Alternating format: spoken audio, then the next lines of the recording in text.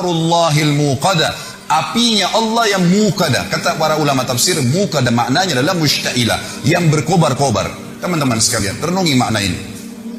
Kalau seseorang di antara kita mengambil korek gas yang biasa dipakai bakar oleh teman-teman kita mungkin yang masih merokok, kalau dia bakar jarinya 10 detik saja, jari dibakar dengan api yang kecil sudah memar. Kalau 10 detik, kalau 1 menit teman-teman sekalian sudah cukup untuk membuat matang tangan itu dan perlu operasi untuk diperbaikin.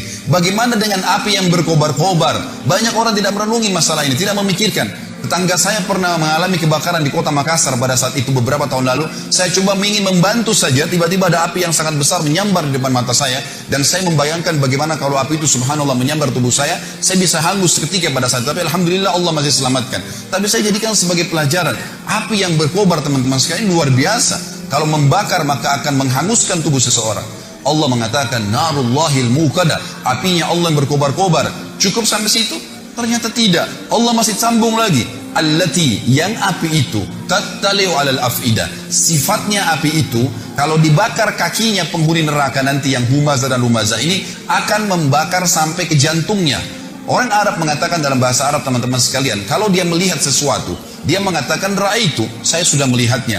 Kalau sesuatu itu sangat dekat dan mudah dijangkau. Tetapi kalau orang Arab ingin melihat sebuah benda, misal di pinggir lautan, ada benda yang sangat jauh di seberang pulau sana. Atau dia di atas gunung, dia ingin melihat sesuatu yang jauh. Dan itu jarang dilihat oleh orang lain. Kemudian berhasil matanya melihat, maka dia akan menggunakan kalimat ittala'tu. Saya berhasil melihatnya, target yang sudah susah dilihat oleh orang lain. Makanya dalam baca buku pun dikatakan ittala'tu.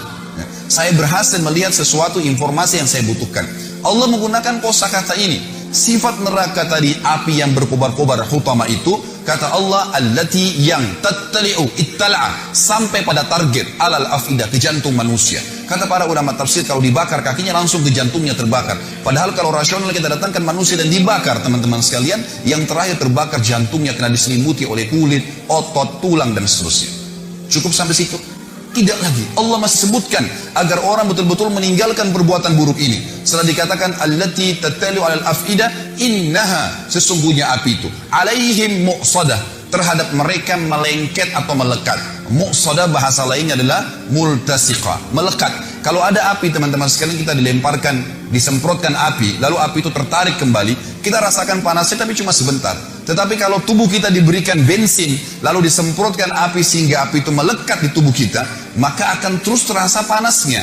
Per detiknya terasa panas. Maka Allah menggunakan kalimat ini. Api neraka utama tadi itu bukan hanya berkobar-kobar, tapi pada saat disemprotkan ke tubuh seseorang nanti, na'udzubillah, yang melanggar melakukan dua perbuatan ini, apinya akan melengket ke tubuhnya sampai terbakar, baru padam api tersebut. Diulangi lagi, begitu terus, tidak akan pernah habis sampai dosanya dibersihkan oleh Allah Subhanahu wa Ta'ala. Dan ingat, ancaman ini berlaku bagi seorang muslim yang dengan syahadatnya pun dia sudah bisa masuk surga sebenarnya, tapi akan dimasukkan ke neraka. Dan ini baru satu jenis siksaan karena bahaya lisan dan contoh perilaku. Belum bicara masalah dosa zina, belum bicara masalah dosa riba, belum bicara masalah dosa durhaka dengan orang tua, ditambahkan azab-azab kepada mereka. Sangat konyol kalau orang mengatakan tidak ada masalah, saya disiksa dulu neraka, toh akhirnya saya akan masuk ke dalam surga. Ini perkataan syaitan yang akan menyesatkan setiap mukmin yang akhirnya menganggap remeh dosa. Subhanallah, Allah mengatakan sesungguhnya api itu sampai ke dalam jantung manusia dan api itu melengket pada mereka. Inna alaihim muqsadah. Tidak cukup sampai itu teman-teman sekalian. Allah menutup surah ini dengan kalimat, kata ulama, yang luar biasa. Kalimat ini menandakan siksaan yang luar biasa, tidak bisa dibayangkan. Fi amadin mumaddada, kata Allah, dan mereka akan diikat di tiang-tiang yang bergelantungan. Kata ulama tafsir, penutupan surah ini luar biasa kalau orang memahaminya. Rasionalnya begini, kalau masjid ini kita tutup semua, tidak ada lubangnya sedikit pun, lalu kemudian kita bakar dengan api teman-teman sekalian, ada orang yang mau dibakar di sini, nggak diikat di tiang, dibiarkan dia berlari-lari sana sini, tapi penuh dengan api ruangan ini. Pasti dia akan mati terbakar, tapi ada jeda. Pada saat dia lari ke sana, dia lari ke sini, ada jeda, dia tidak rasakan panasnya api. Kalau ada orang kita ikat di tiang masjid ini, lalu kita bakar, ditutup semuanya, dia nggak bisa lari karena terikat, juga masih ada jeda di mana dia bisa menginjak-injakkan kakinya ke lantai sehingga api dari bawah kakinya padam. Memang dia terbakar, tapi masih ada jeda di mana dia tidak rasakan panas. Tetapi teman-teman sekalian, renungi makna ayat ini, namanya tadabbur, mengambil hikmah dan hukum yang Allah inginkan. Kalau kita tancapkan tiang di atas atap masjid ini, ditancapkan tiang seperti misalnya tiang lampu yang besar, lalu kita ikat seseorang di situ, kemudian dibakar ruangan ini, dia bergerak kiri kanan pun tetap akan merasakan panasnya api siksaan tersebut per detiknya. Dan ini kata ulama adalah makna yang luar biasa, mengandalkan sudah cukup seorang muslim meninggalkan dosa ini, saudara. Surah ini teman-teman sekalian mengajarkan kepada kita tentang bahayanya menyalahgunakan lisan. Dan dari sisi lain, lisan dalam agama kalau dipergunakan dengan kebaikan maka akan baik.